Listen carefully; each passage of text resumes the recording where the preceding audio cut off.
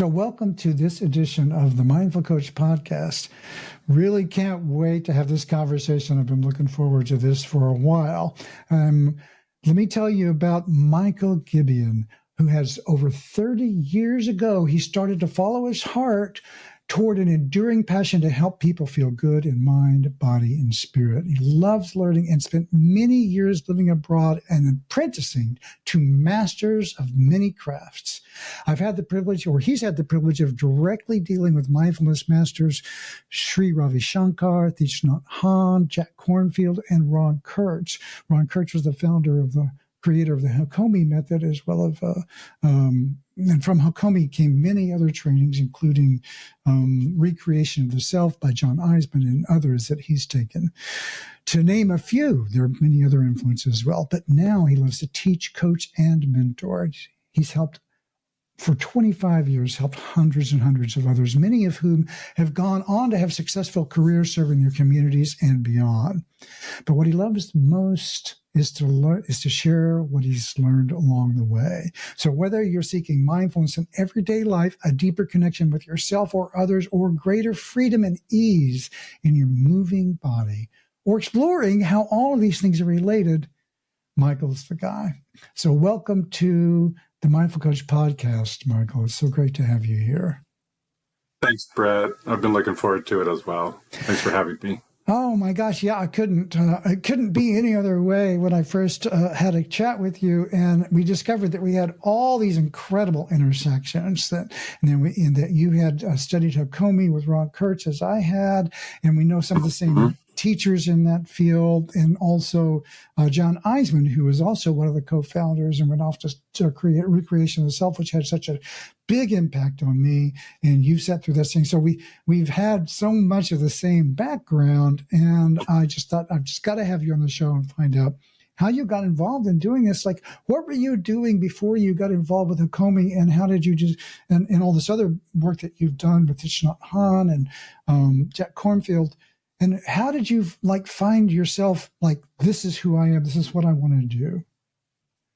Yeah, thanks. That's a great question. So back in 1989, I got exposed to meditation and yoga. And so that was my entry to this world. And I also, at the same time, was exploring a passion for helping and healing people. I studied herbal medicine. I apprenticed myself early on in Latin America to different healers, faith healers, curanderos, and things like that. And I was really on a quest to find people or a person that I felt was really my teacher. And it took me a while to really connect with somebody that way. And so the very first teacher that I felt like really was Sri Ravi Shankar. And so he's known throughout the world as the founder of the Art of Living. He's not the musician, of course, who's also very famous, and Ravi Shankar. And he's, I was lucky enough to get to study with him, and I was all over the world with him for about 9 years, Wow. Including in Rishikesh and Haridwar in India. In Europe, I lived at his ashram there. In Germany, in the Black Forest, as well as here in Lake Tahoe. And he was a huge early influence for me. And then when I transitioned away from working with him, then I moved towards Buddhism more. And that's where I originally met Jack Kornfield and got to study with him directly, and Thich Nhat Hanh, who I think of as, in a way, sort of my most heartfelt teacher, who's now passed, of course. And he comes from the Zen tradition. And he was actually nominated by Martin Luther King for the Nobel Peace Prize for his work around the Vietnam War. So I've been really lucky. He was Vietnamese himself. Yes, he was Vietnamese, and he wasn't in favor of the war. He was a nonviolent activist. Mm-hmm. So he did a lot of work to try and help in Vietnam and in the U.S. And then he actually was, I'm not sure if he was deported, but he wasn't allowed to go back to Vietnam because of his efforts there. And so he settled in France originally, and then and then later in the US.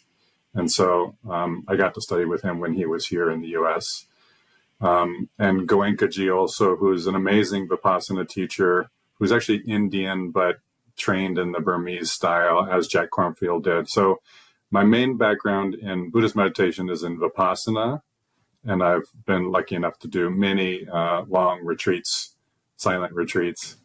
And it wasn't until Thich Nhat Hanh that I felt like I wanted to expand beyond what we think of as meditation, which is sitting on a cushion. Mm-hmm. And Thich Nhat Hanh really was formative in both how do we use these ideas of Buddhism for social justice, like how do we actually take action in the world from here, but getting off the cushion and out into the world and practicing mindfulness in everyday life. And so, of course, he wrote over 40 books, I believe.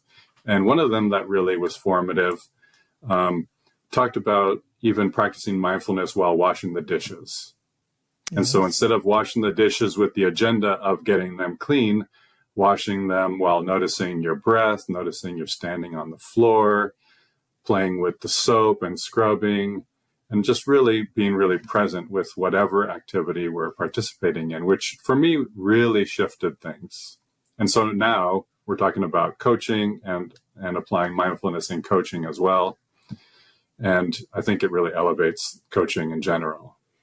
Right. So there was a big shift when you began to, if I got this right, from just I'm paying attention to what's going on in my inner world to I'm going to relate in a specific way to the way that I engage my daily life. Yes.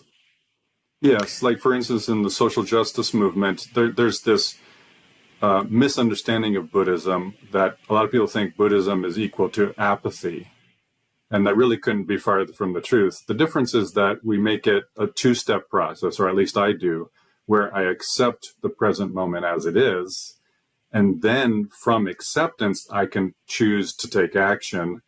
Obviously, most humans can tell right from wrong from inside. And I really love Buddhist ethics where depending on what information I have at hand, I might have a different opinion on something. And Zen has a lot of parables around that. Like you see a hunter chasing a rabbit down the road, and it asks, which fork did the rabbit take? And you're left with, if I tell the hunter which way the rabbit went, then of course you're helping it kill the rabbit. But if you knew that the hunter had a hungry family to feed, you might actually want to help it. And so I love those kinds of ways of thinking where I have to be flexible in my thinking based on what I know in the moment. And so pausing to accept the present moment and then taking action from there. Yeah, because I hear that a lot as a criticism of, mindfulness and the notion of just being acceptance. And I think this whole idea of acceptance. And so can you say more about how this idea of acceptance doesn't mean just being complacent with an unjust situation or unfairness or accepting the crap that you have to take at work? How does your idea of acceptance differ from I just need to be okay with this bad situation? Yeah, that's an important distinction. And so one of the ways it manifests, I would say, intrapersonally is, and this relates to the recreation of the self model, is that I have, like everybody does, I have these different self states that emerge in reaction to what's happening in my life. And so if I'm living from a reactive place, I'm not really representing myself well, nor am I caring for myself or the person that I'm reacting to or at. And so by practicing accepting that somebody might have a differing opinion or the voice in my head is disturbing, by allowing that to be, I can actually turn towards it in a way that's more compassionate and understanding. And then it allows me to work with it in a way where it's not running me. Mm. Because when we're just reactive, there's actually a part of us from behind the scenes that's actually the operator. Mm-hmm. And we might not even realize it. So sometimes the practice can be, instead of what am I feeling or thinking, let me think about what's underneath that. Who's the one actually feeling or thinking that in the first place? And is that really what John Eisman would call the organic self, my sort of highest self?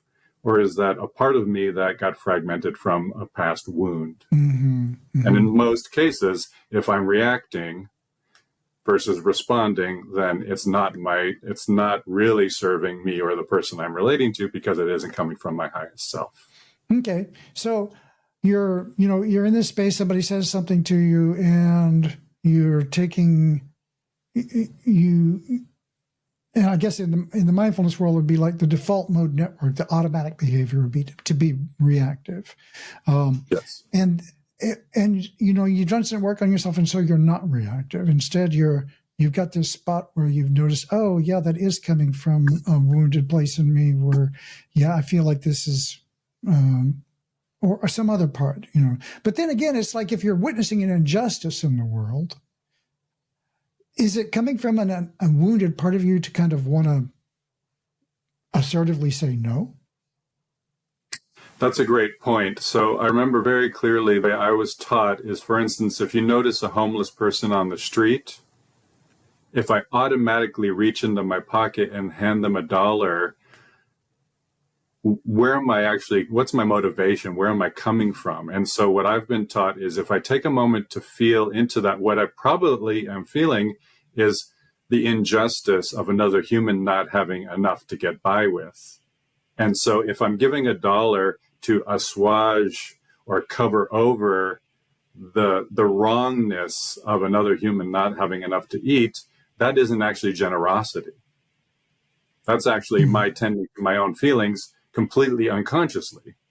But if I take a moment to really feel that that's simply wrong and it's not okay, and I'm really honest with myself about those feelings, and I work with them actively, from that place, I can also then give $1 and have it hopefully actually be an act of generosity or even altruism, where I'm really actually thinking about their well-being versus my own.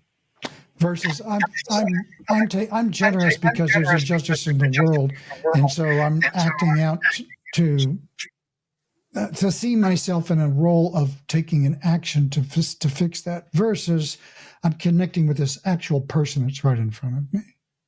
Right. Now we even call that virtue signaling, where you see on Instagram people pose in front of a place and they look like they're helping, and they're only just doing it to get a post. So that would be the extreme version of that, of course. Mm-hmm. But in real life, we're doing that regularly if we're not really in touch with what's going on inside of us and what our true motives are in that moment. Mm-hmm. Mm-hmm. Yeah, so that's some pretty refined work. How does a person actually begin to unpack that so that they can tell? What's that? How does someone begin to know the difference between those states? Because when I feel into them, there's like the extremes, right? Of this is all about me, but there's also, can it be both? Yes, it can be both. And so just to be fair, I can fall into reactivity like anybody. So just to make sure we're clear about that, happens. I feel like I'm giving you, I'm not trying to give you a hard time. I'm just trying to explore these edges, No. Okay. No, I just want to be honest. I have reactivity as well. So on my better days when I'm not reactive, by slowing things down through mindfulness. And I think this is really sort of the crux of it is what mindfulness does is it allows me to go into a non-ordinary state of consciousness. It's at the level of neurology. It's a different state than the normal conversational mode. And it slows things down in a way that I can actually be non-judgmentally present for my unconscious material as it percolates up to the surface, as it tries to. So one of the metaphors I like to work with is if all of my parts are in a minivan, I always want my organic self, my highest self, to be in the driver's seat in charge. Mm-hmm. And so through mindfulness, what I can see sometimes is some of those parts are trying to get in the front seat and drive the van. And what happens when that happens is I can be reactive, or I can take choices that are not serving me, or short-sighted, or dead ends, that then I can say, see, that's why I don't put myself out there, because it always fails. And so then I can continue to perpetuate those beliefs, which are actually not who I really am. Yeah. So, sorry. So I want to fill out a little bit for listeners this notion of different selves. And so it's like there's a Richard Schwartz work with Eternal Family Systems is a version of that. And John Eisman's brilliant with it. And Hakomi, they work a lot with child states and things like that. And so one of the ways this can show up is, for example, let's say someone is feeling like they didn't get enough in the world. And so because they had too many people in their family, there wasn't enough food. And so there's a self that can show up that's like, there's not enough for me in the world. And that's an actual experience. And so they can walk through life going, well, there's not enough. And then there's another self that can come in and say, well, I have to fight for what I need. And then there's another self that can show up that can go, well, I don't want to take from others because, what I'm thinking of is I don't want to take what I need because that means other people don't get enough. When there's not enough to go around, when all these parts can show up within a single person. And like you say, who's driving the van, right? Like, and then there's survivor selves and caretaking selves and protector selves and all kinds of ways that we can fragment. And so, strategic selves. Is this aligned with your notion of it?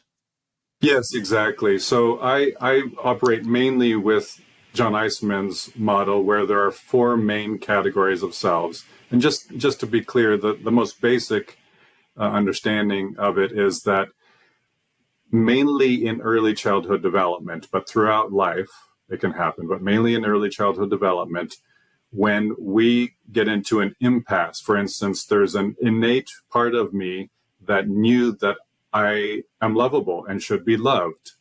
And this is just a scenario, but had my mother not loved me over enough injurious interactions with someone who's supposed to love you and doesn't, the psyche splits off a fragmentation of a self that can hold that wounding because it's too painful to hold in the actual self. So that's how they get formed. And then they're frozen in time. And the way I like to think of it is it's like when you have a dream, the dream seems so real. And then when you wake up from the dream, the waking self knows this is reality and that was just a dream. But when you're in the dream, it seems so real. So when I'm dreaming that I'm being chased by a bear, I'm very taken with the idea of how do I outrun a bear? How do I survive the bear chasing me or following me up a tree or trying to eat me, right? But when I wake up from that, I don't actually have to keep problem solving how to be surviving the bear. I just have to wake up from the dream. So similarly, when through mindfulness, when I notice that one of those dreamlike states that seem so real is actually where I'm living from, I don't need to actually problem solve what that perspective is. I need to just figure out how to wake up from that state into the organic self, the truer self. The self with the capital S is how I think of it. I think of the fragments as little s's and the most true self as the capital S, right? So I think there are tools and techniques to work both. How do I wake up when I'm in one of those fragmented states, which is usually contracted and small and less than, unworthy and things like that? How do I wake up from that? And then the other part of it is because of what we know about neuroplasticity is that we develop deep grooves around what we practice. So if I practice thinking and feeling and the posture that goes with feeling less than, then I get very good at it. And my neurology becomes really habituated to supporting that. So it's really easy for me to fall in that, including things like sadness. If I practice feeling sad, I actually have sadness readily available at any moment. It's no problem to feel sad. So the work then is, how do I wake up from the dream of sadness and then practice something else so I can learn how to sustain feeling that other state? I don't have to practice not feeling sad, because neurologically that will dissipate, and the new neural net that gets created, So when you that's wake something up, you other wake up than into a new sad. state. Yeah. Yes. And as I practice that, that gets strong and that neural net gets developed and the other one dissipates. In fact, some of those neurons get recruited for the new neural net if you practice it enough. So how do you practice that?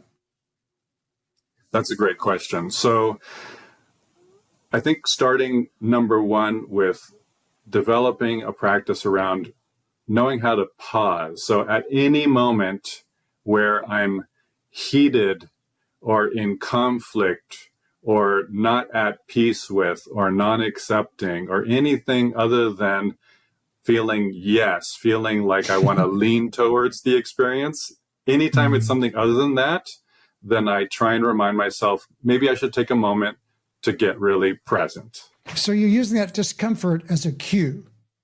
Yes, and that's something that one can train themselves. Part of it is that I'm highly motivated to not suffer unnecessarily.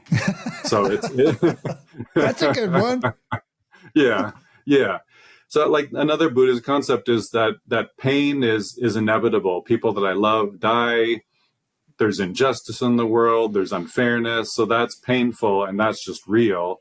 But the part that I might add to it by resisting it or by craving only pleasurable things to remain permanent, I'm causing myself suffering, and I'm really motivated to not suffer. So I've taught myself to have a cue around anything that isn't the mission or purpose of my truest self.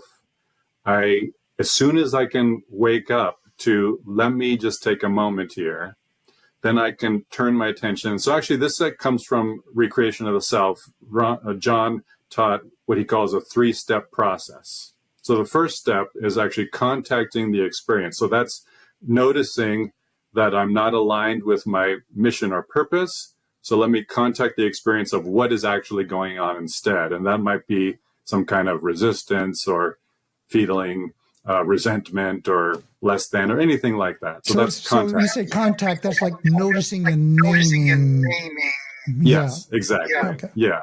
And the second step is immersing myself in that. So I want to take the mindfulness and deepen into the whole, think of it at the neurological level, that whole neural net. It's containing the attitudes, the beliefs, the physical postures, the mood, beliefs about myself and the world, what's possible and not possible. And as much as I can immerse. Could you put this, I'm sorry to interrupt, but could you help out? I think it'd be better if you could give an example of that, like, that mindset that you're talking about, you're immersing into. Yeah. So imagine I'm at work and I'm having, I get into a heated discussion with somebody. So that heatedness is a cue to get really present. And so in this case, if I get really present, what I might notice, the reason I'm feeling heated is that I can become aware through the mindfulness that I have a need that isn't being met.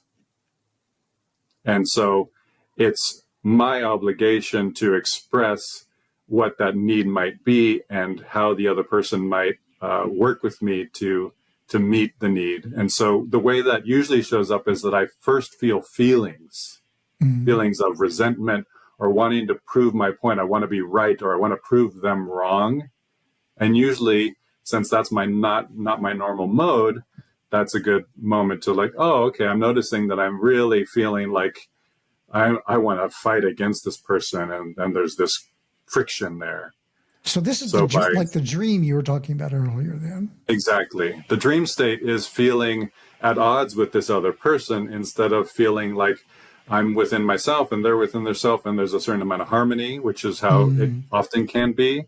So that's my waking up to the reality that I'm in this dream state, is there's all this tension and I have these strong feelings that I want to prove them right, and I'm going to say it this way and I'm going to say it that way until they see my point, which almost never works. That's the other thing about this, is that the solution doesn't come from within the dream state. It can't, because the only thing that that fragmented self knows is the storyline that supports that reality. Right. So the only thing, if you ask that person who's having that experience right now about it, they're always going to say, well, this is why what I'm doing is okay. It's because they're wrong and they shouldn't have, and they didn't treat me right and I handled this. So you're only going to get stuff from that level. Exactly. That's why I think we can all relate to how from that place, if I just keep doing what I've always done, it's never led ever to what I'm actually wanting or needing in that moment. The only thing that can is to start to notice that I'm in this trance or dream-like state. And that's by becoming aware.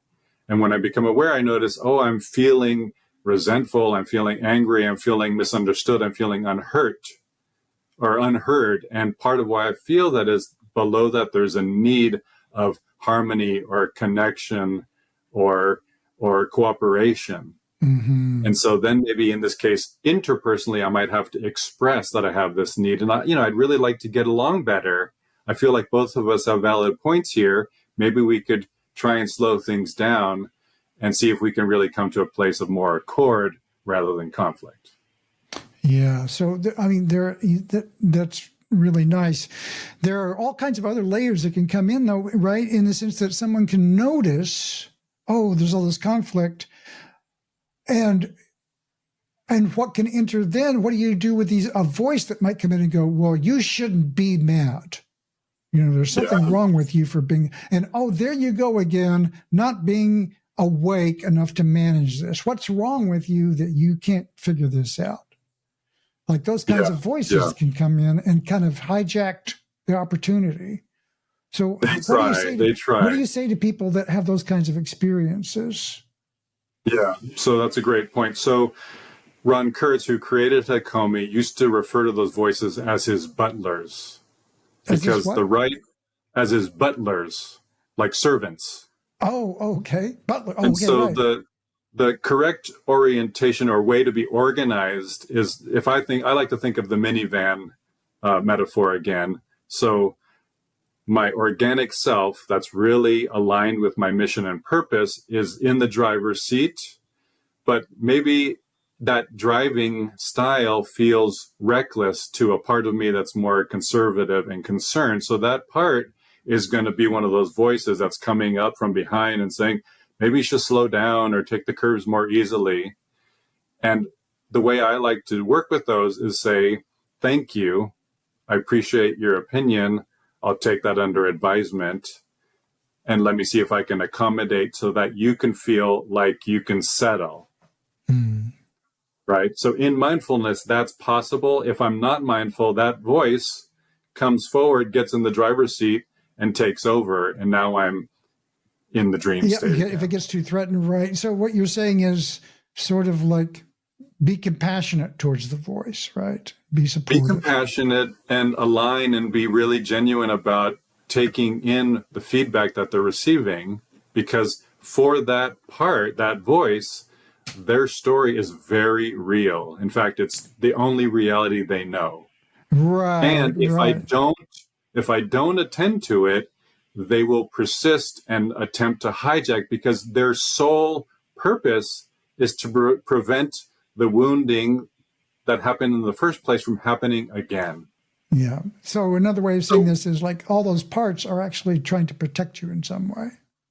They're absolutely trying to they're trying to protect me from the injury that happened that caused them to be born in the first place. Exactly. And so, for instance, imagine you're in a new city and you're in a dark alley at night in a place you don't know, and you feel a little bit like, whoa, I don't know if I should be here.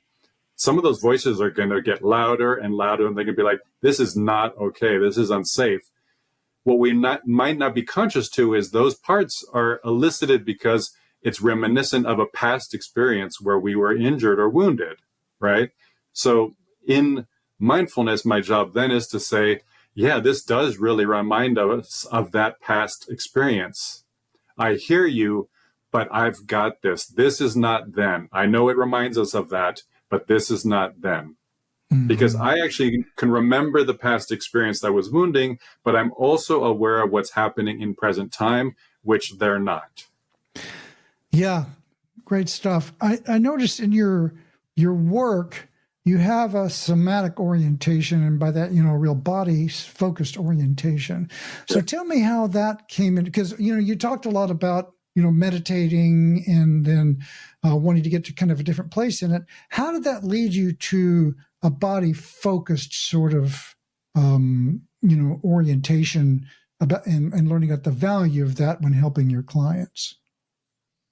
Yeah, well, I have practiced body work and physiotherapy and massage for almost 30 years now as well. And it was early on through, I was at a yoga teacher's training that I got exposed to Thai massage, which is massage that comes from Thailand, which is, in Thailand, they call it the lazy person's yoga. It's like having yoga done to you. All right. So you get stretched and pressed and manipulated, and there's acupressure. So it's pretty assertive, isn't it? It's quite physical, yes, but it can be gentle.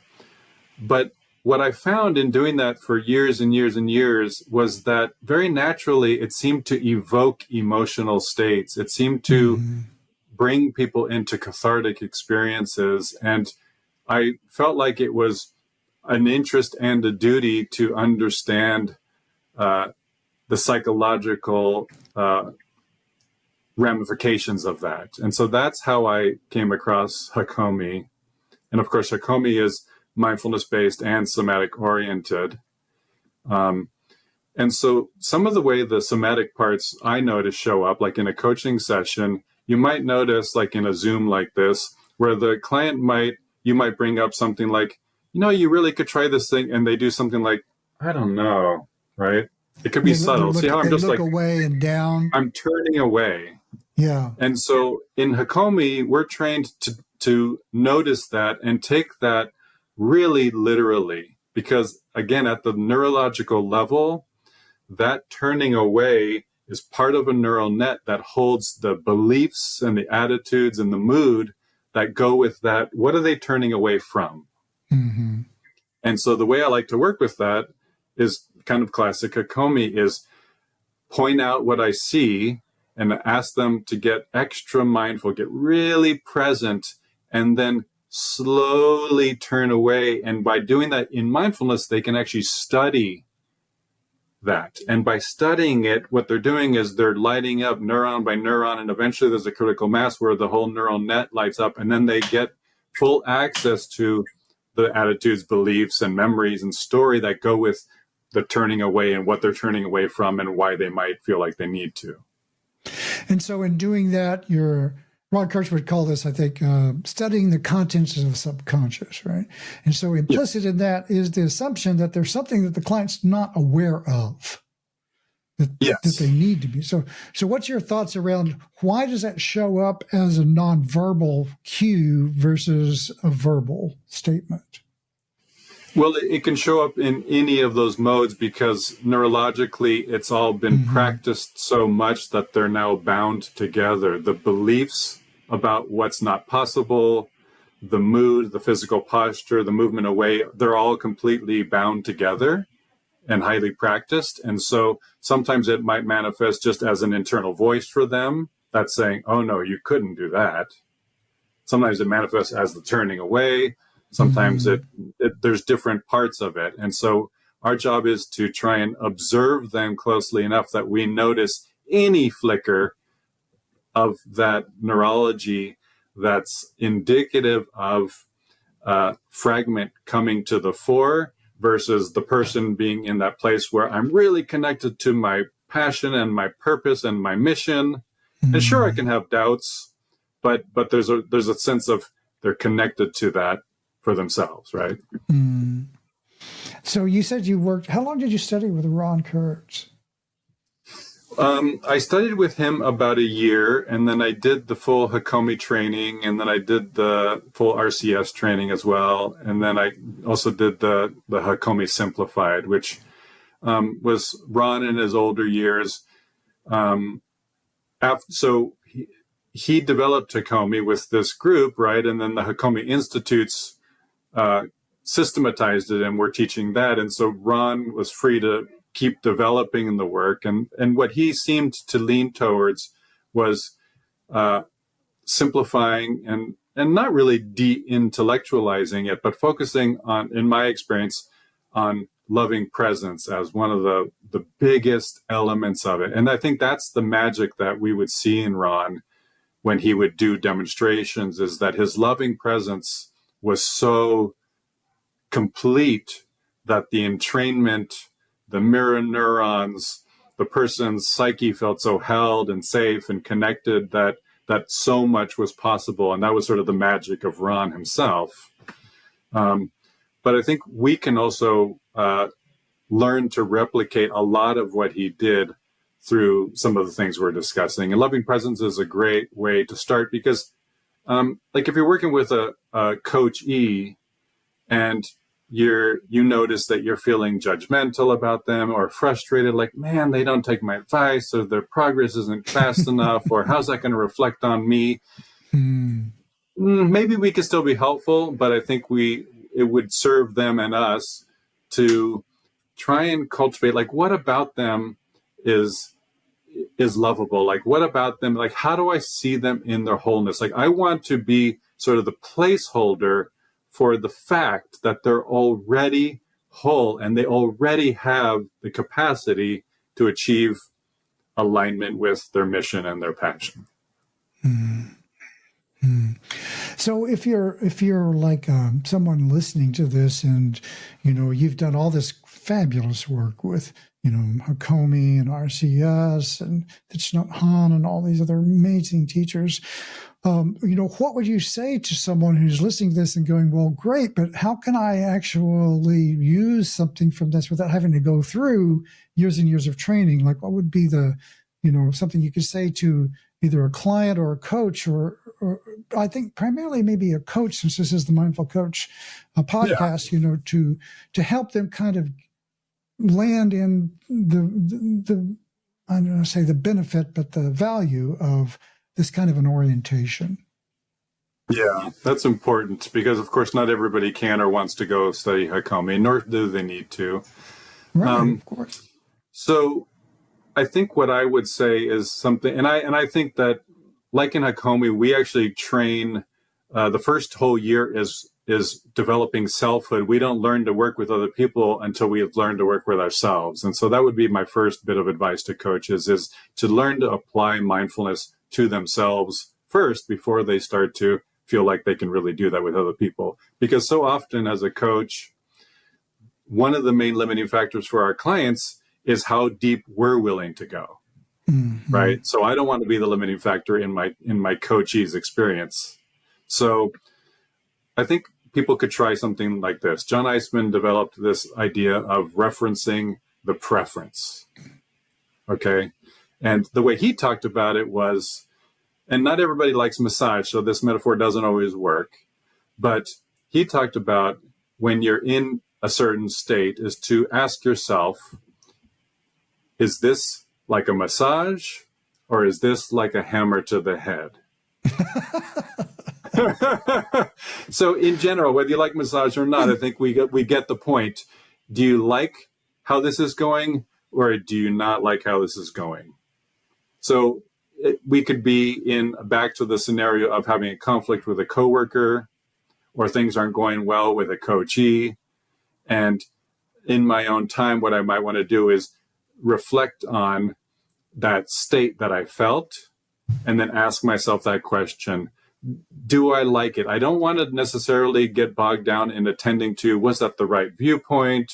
What do I do about it? That's not the approach. The approach is details, not the details, but was that like a massage, or was that like a hammer to the head? And if it's like a massage, then it's probably aligned with your mission and purpose, and you should continue to lean into that. But I think what people are going to find is that often it's more like a hammer to the head. It's more like having conflict or having a need to have more connection and accord, but being in conflict, right? And so that's like a hammer to the head. Yeah. And so when I notice go ahead, please. So when I notice that if what I'm feeling is like a hammer to the head, I want to notice that I have a preference to not have my life feel like that. And that preference is a propellant towards what else could I be doing? And that opens into a more expansive field where I can start to disidentify with that state that's like the hammer, and start to identify more with a more expanded space that can look back and say, oh yeah, so that's a pretty contracted part of me. That part's really concerned or worried or whatever. And I can start to work with that. So it's called referencing the preference, feeling into, is this pleasurable or not? And again, that's different than like, it's okay to like chocolate ice cream more than vanilla ice cream, right? But what most people are actually struggling with is more of a stalemate between parts, because it's, we talked about these 4 different categories of parts. It's rare that one part is the one that's the voice coming in. Often what we're experiencing is a stalemate between them. So what I like to do is just notice that in that moment I have a choice. Do I like this choice or that choice? And I lean towards the preference. And that starts to move me towards identifying with a more expanded part of myself, which is where the solutions, the answers, and the wisdom is. So there's so much in there. It's like the fact that people notice the pain, right? That's usually an awakening fact, right? Like if you're having a nightmare, that'll wake you up literally.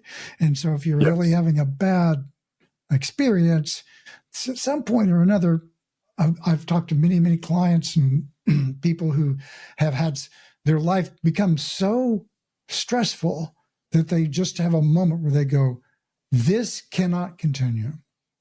I have to do something different because this is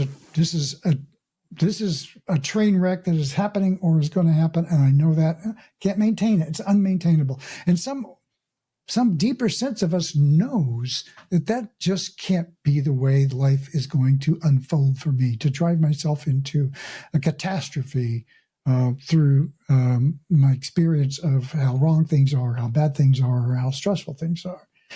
And so at some point that wakes us up to the fact that we might want a different choice. And so that moment is so precious. So this notion of reference for the preference is like, I would prefer to not be in that crappy situation. And then there's this balance of like, well, sometimes, it's not my house is being foreclosed on by the bank. That's not my preference, So how do I wind up being a choice around all of that? These crappy circumstances in my life. Right. So if your house is being foreclosed upon, where I'm trying to turn the reference to the preference is not to the fact of the foreclosure, but to how I'm feeling about the foreclosure. Right. That's the part I can do something about. The foreclosure is just a fact.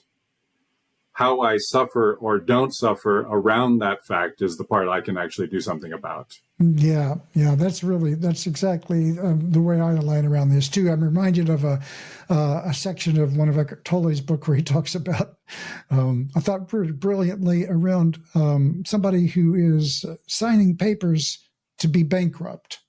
And he's like signing the papers. He goes, so, before you sign the papers, you're sitting there, you're listening, and you hear a clock on the wall and the bird in the trees, and you hear the scritching of the paper, of the ink on the thing. He goes, what's changed? What's changed since you signed the paper? And he goes, nothing has changed. The only thing that's changed is you've entered some legal new system. But in terms of what's actually different for you in your life right this second, it's an abstraction. It's a real thing. And I'm not trying to say it's not a real thing, and there are absolute real consequences. But how you are around it is the point that you can make a choice about. If you have rehearsed enough to be able to have that choice. And I think that's what I hear you advocating for, is this practice. So what kinds of things help people to be able to make those decision points more frequently in their lives, to have those decision points, like to snap out of the trance, so to speak? What kinds of practices help people do that? It's essential to be committed to the willingness to not suffer unnecessarily. That's critical. There are certain beliefs that people can hold that actually make it so that shifting states won't be possible for them. And it's a trap that I think many of us can fall into, but a willingness and an openness to want to not suffer is critical, because that's what motivates me to have that cue come up. That's what motivates me to take heed when the cue comes up and pause and not dismiss it or brush it aside or say my feelings that I'm feeling right this moment are valid and I have to feel them. And sometimes that's appropriate, and other times that's a story that we're telling ourselves. And excuse me, go ahead. So just to be sure, let's slow it down. Let's get present and feel into it. And so one of the things I like to do, and I find this really helpful and simple, is I'll deepen into whatever's going on, and I'll ask myself, okay, here's the next moment of my life. Is this how I want it to be? And that simple question elicits a very spontaneous, usually it's a yes or a no. If there's conflict and there's stress, there's tension, and things aren't going my way, and there's a bankruptcy, then the answer often is a no. So what that leads to is there's always a part of me, a parallel neurology, to think of it like that, that's available, that knows something about how my life could be. So all I have to do is move towards that.